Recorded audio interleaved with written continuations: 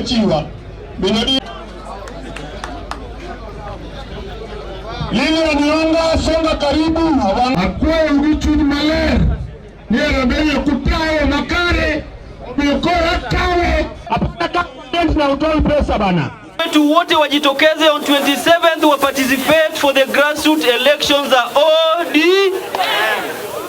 Ya pili, vijana wetu wakuwe peaceful siku ya election on 27 ya chama cha ODM. Ya tatu, kwa sababu elections itafanyika hapo kwa polling station, hapo watu wanajuana wote, si hivyo? Na kama watu wanajuana kwa polling station, inamaanisha we can't have malls at a polling station. Ni nyinyi kwa nyinyi, na hapo msipigane.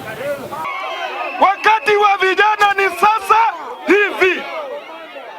Vijana nawaambia kwamba chama kubwa katika continent hii ya Afrika ni chama cha ODM. Chama ni gani?